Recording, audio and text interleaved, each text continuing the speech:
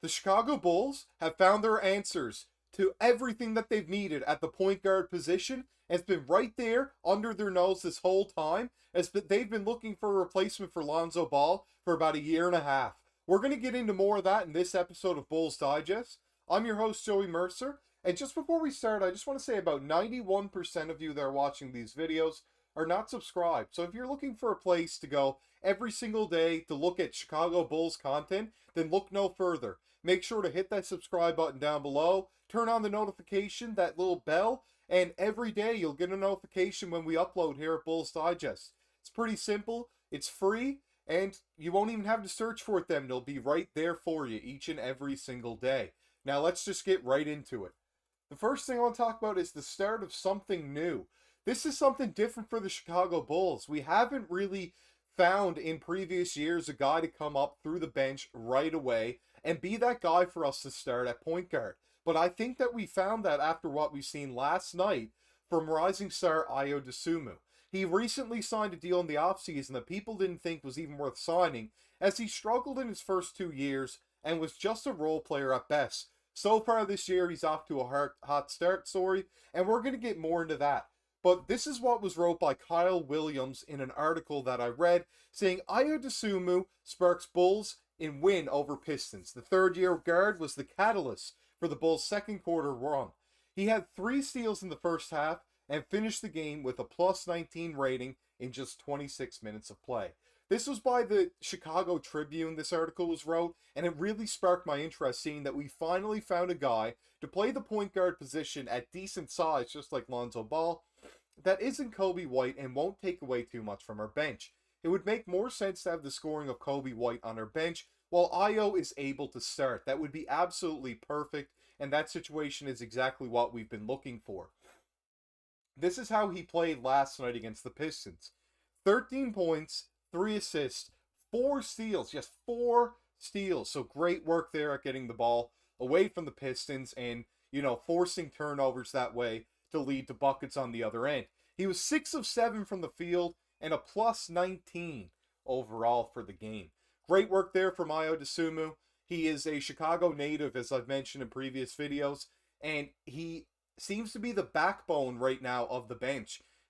Patrick Williams hasn't been consistent enough, and he's been in and out of the starting lineup, as well as Torrey Craig. Javon Carter's been streaky, and Drummond, although has been pretty solid as of late, hasn't necessarily been the most reliable guy, as he's missed a few layups, a few defensive lapses, but he's always there on the boards.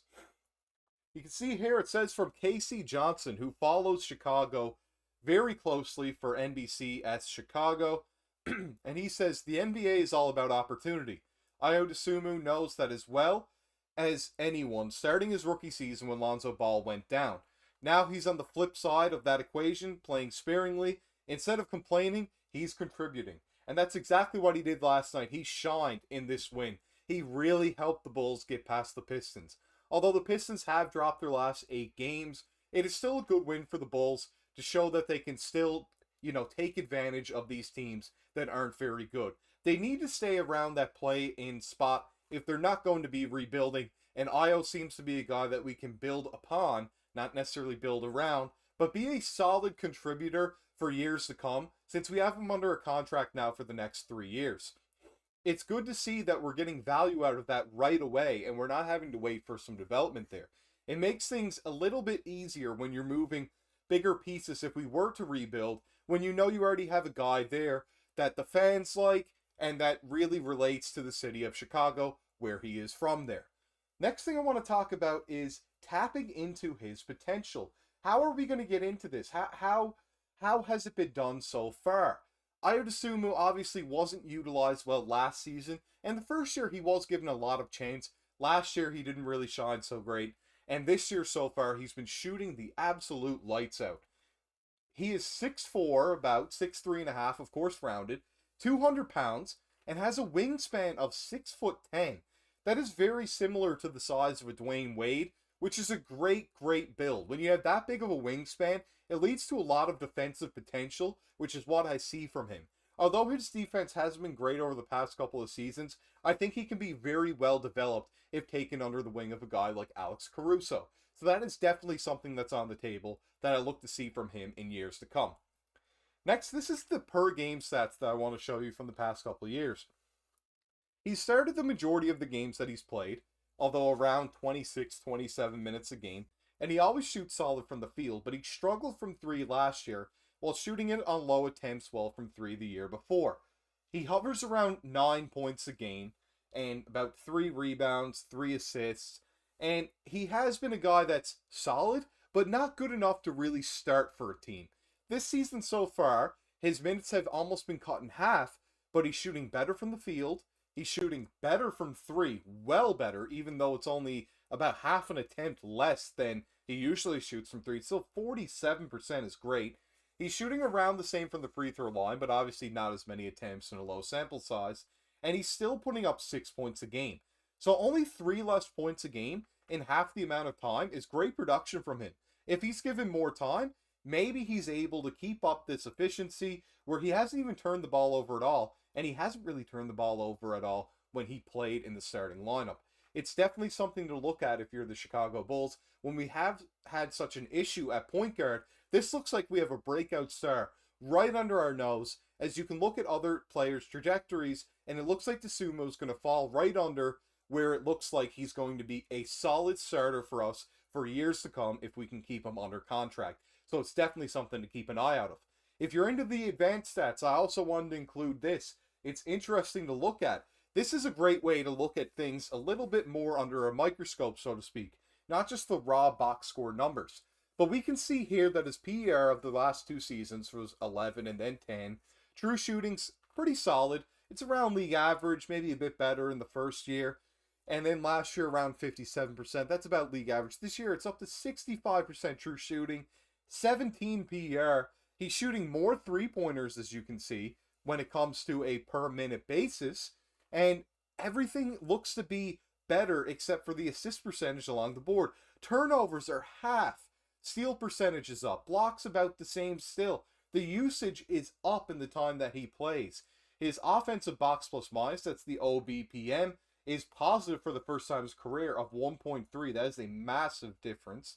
And his DBPM is at 0.1, which is about the same when you look at where it would be for last season. A little tiny bit worse, but his overall BPM at 1.4 is great, and he's above a value of a replacement player on the bench at 0.1. It looks like he's going to have a really big breakout year. If he keeps up this pace, I could definitely see his minutes increasing, as he has had to fight with Javon Carter and Kobe White for minutes, but with his length, who's to say that he can't even play the 2, or we can play Kobe White as the 2 where he's around the same size but with a smaller wingspan alongside Javon Carter. I could definitely see a minutes increase for Ardasumu. This is a breakout star just around the corner. Mark my words on that. The next thing I want to talk about is, where does this go from here? Where does this leave the Chicago Bulls? Does this mean that we're still going to do a rebuild, or does this mean that we have a guy to input into the starting lineup to push us in a playoff push? I don't think it quite means that we're going to be there playoff-wise. We do have some more guard depth, which is great. You're more, asserted in this sense. You're really justified on a decision to do a rebuild when you know you have a guy there that's still going to put fans in the building and perform off the bench. And when he starts, he might even be able to put that volume higher and become such a great starter in this league. I think it really solidifies the fact that we're able to move some of these stars and still have some talent on the team that's able to perform. Of course, Dalen Terry hasn't looked that great, and assuming being such a late pick and performing this well this early on is something that I definitely want to keep an eye on from here on out. Io is playing absolutely phenomenal. Keep an eye on him. He's going to be the next star to come in at guard for the Bulls, and I can't wait to see him in the next game we play, as I'd say he's going to keep up this efficiency for some time to come. Let's keep a close eye on him, and I'll see you in the next episode of Bulls Digest. Make sure to like and comment down below. Subscribe to the channel. We're doing it every day, as I mentioned at the top, and I'll see you in the next one. Signing out.